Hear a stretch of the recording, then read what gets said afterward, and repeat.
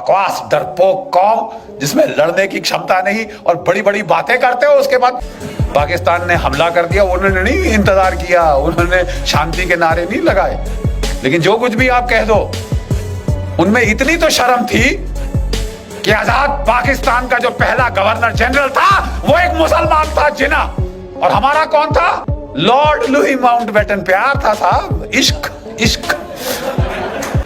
अरे यार, हम मर गए, 26,000 हमारे शहीद हो गए इनको निकालने के लिए, और तुम यहाँ रोक के वो खानदान को यहाँ रोक के हमारे ऊपर राज कराने के लिए बिठा रहे हो। और पाकिस्तान के टैंक वाकई 1965 में दिल्ली में आके नमाज पढ़ते।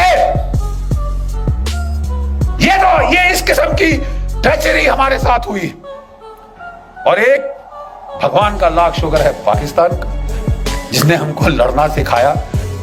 मार लगाता रहा जब तक कि लड़ने को राजी नहीं हुए, अपनी जान